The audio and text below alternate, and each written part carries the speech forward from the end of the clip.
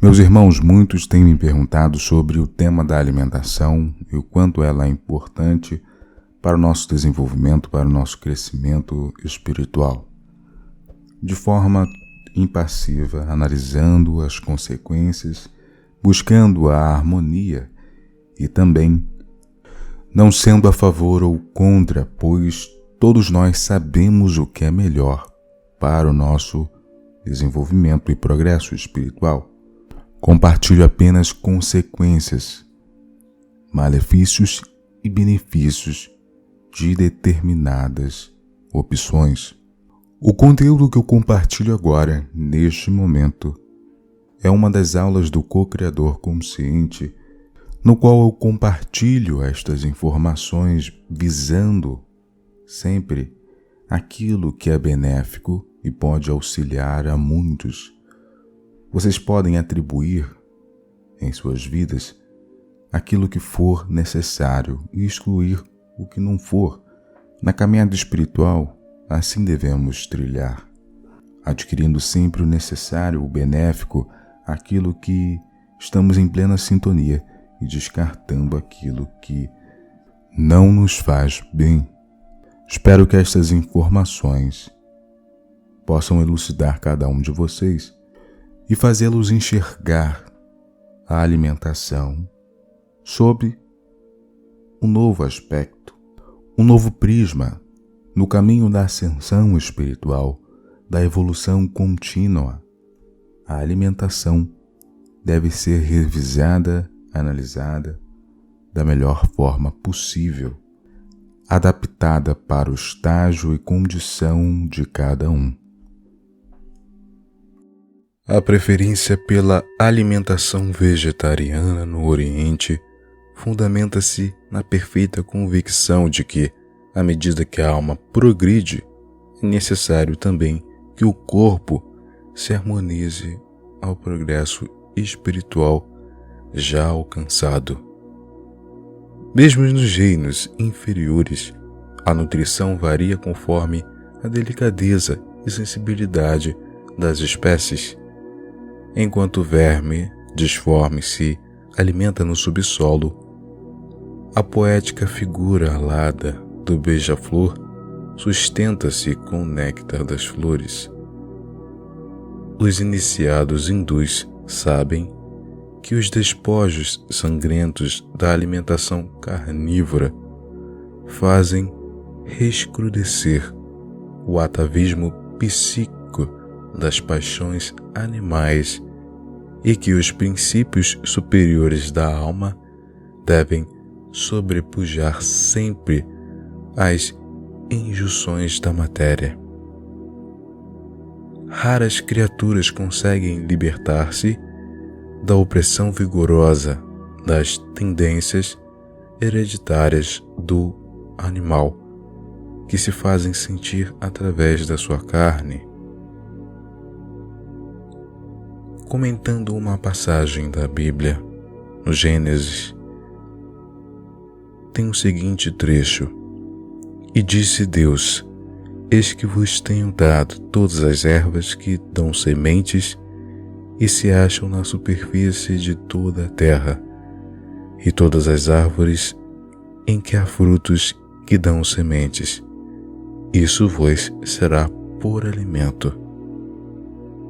E todos os animais da terra, e todas as aves dos céus, e todos os répteis da terra, em que há fôlego de vida, toda erva verde lhe será para mantimento. E assim se fez. Ou seja, o Gênesis diz que a alimentação vegetal servia para o consumo do ser humano e não os animais de sub-reinos inferiores. Em outra passagem diz assim: Melhor é a comida de hortaliça, onde há amor, do que o boi cevado e com ele o ódio. Provérbios 15:17. E você se questiona, mas como assim o boi e com ele o ódio? para uma explicação clara e sucinta, posso falar que no momento do abate do animal, ele emite uma carga eletromagnética de adrenalina que impregna os elétrons, átomos, células e toda a sua estrutura molecular com esse padrão dissonante de energia.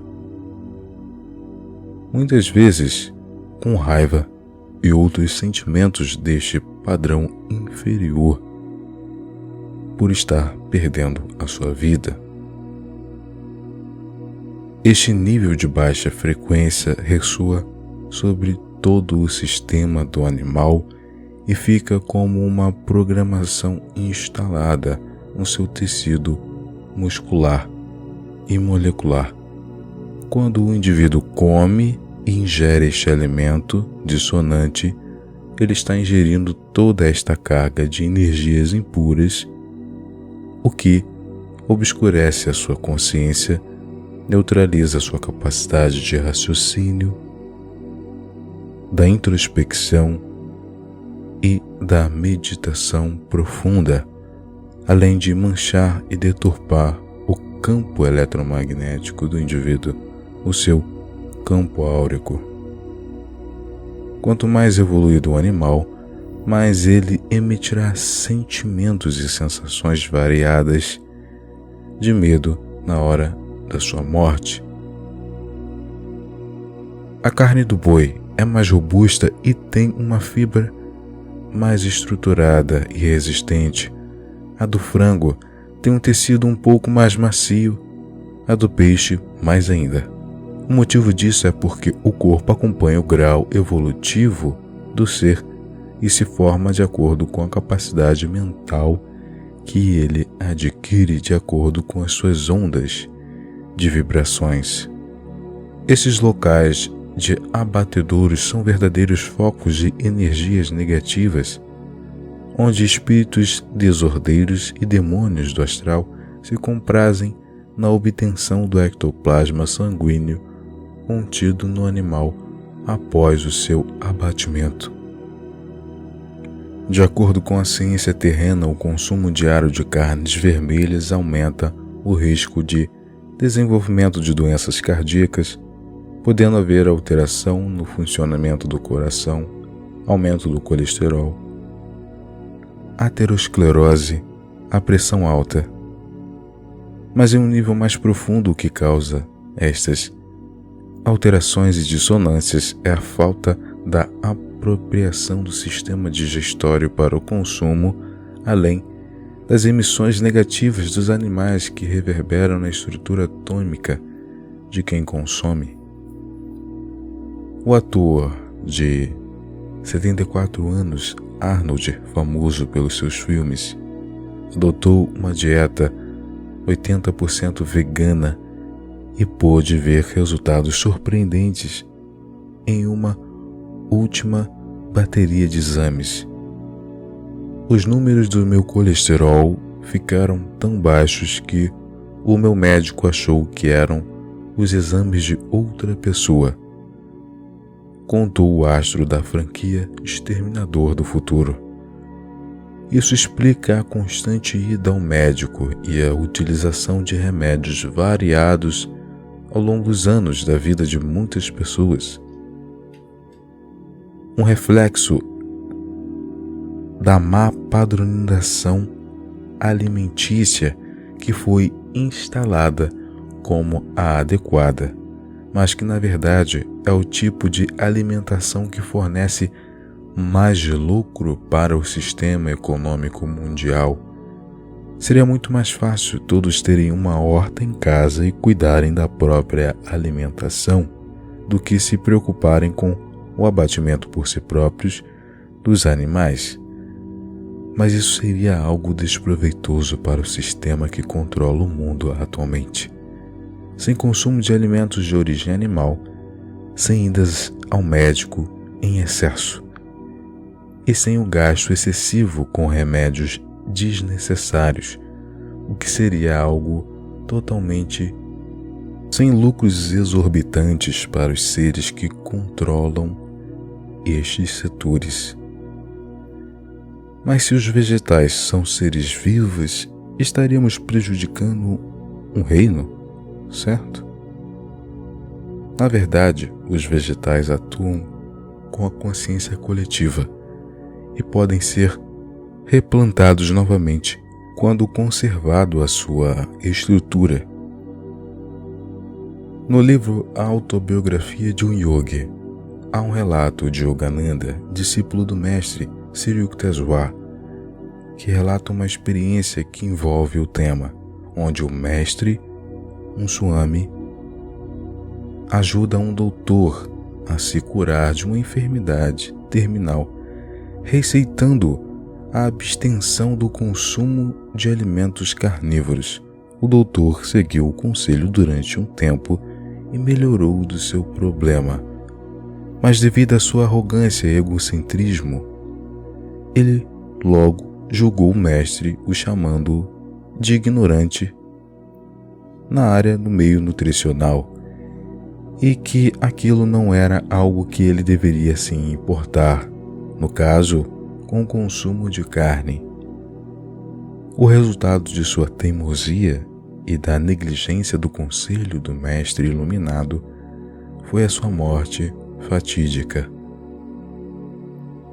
Há uma outra passagem na Bíblia que diz: peço-te que faças uma experiência com os teus servos por 10 dias, dando-nos apenas legumes para comer e água para beber. Então Daniel disse ao encarregado designado pelo chefe dos oficiais para cuidar de Daniel, Hananias, Misael e Azarias: peço-te que faças uma experiência com os teus servos por 10 dias, dando-nos apenas legumes para comer e água para beber. Depois, compare a nossa aparência com a dos jovens que comem as iguarias da mesa do rei e trate os teus servos conforme. A Bíblia possui algumas referências sobre a opção vegetariana ser a ideal para o consumo humano. Provavelmente ninguém te ensinou essa na aula de matemática, mas além de ser um matemático brilhante, Pitágoras foi um dos mais famosos e influentes filósofos gregos antigos. Ele e seus seguidores também eram famosos por serem vegetarianos e, na verdade, o termo dieta pitagórica foi usado em vez de vegetariano por muitos anos. Platão acreditava que uma sociedade que come carne requer mais médicos. E claro, agora sabemos que isso é verdade. Ele também disse: os deuses criaram certos tipos de seres para reabastecer nossos corpos. São as árvores, as plantas e as sementes. Grandes pensadores como Nikola Tesla, Einstein, Gandhi, Leonardo da Vinci, que tiveram extrema importância no curso do desenvolvimento humano, declararam a opção vegetariana como sendo a adequada para o consumo do ser e a harmonia entre as espécies. O fato é que o consumo animal possui uma importância no nosso padrão energético, o que pode colaborar com a repulsão de energias benéficas e sutis necessárias para a atração de situações e objetivos idealizados, prejudicando a nossa bioenergia. O abandono da alimentação carnívora nunca deve ser abrupta de uma hora para outra. É necessário a diminuição gradual dos diferentes tipos de carne, começando pela carne vermelha, após um tempo o frango, peixe e assim por diante, ou se preferir, a opção da flexibilidade, onde o consumo de alimentos de origem animal é reduzido em grande parte, dando prioridade para os vegetais, para as hortaliças. Também é uma boa opção para quem tem extrema dificuldade no abandono e na abstenção total. A melhoria na saúde, no pensamento claro e preciso, no discernimento, no abandono de paixões instintivas, devido à preferência por alimentos primários, puros, abastecidos pela luz solar, é perceptível logo nos primeiros dias. A argumentação pela falta de proteínas e outros macronutrientes no corpo não é algo totalmente verídico, tendo em vista que o consumo de animais de grande porte são somente à base de hortaliças. Um fato muito interessante é que algumas empresas estão investindo no meio vegetariano e vegano com o intuito de criar alimentos semelhantes à carne animal, ao hambúrguer, ao frango, mas que com a sua estrutura, a sua base, seja de plantas e hortaliças. Há muitos exemplos de diferentes empresas que já estão criando no seu cardápio a opção de fast foods relacionado a diferentes tipos de hambúrgueres com a carne à base de plantas, assim como o Burger King ou McDonald's, o Bob's. Outros tipos de empresas estão seguindo este fluxo e já é um sinal de melhoria, porque na quinta dimensão, o consumo de alimentos à base de carne não será aceitável neste planeta. Se adequar a uma opção mais saudável para si mesmos, tanto como para o irmão menor que está vivenciando uma realidade num plano mais inferior ao nosso, seria uma das melhores opções para se viver em harmonia.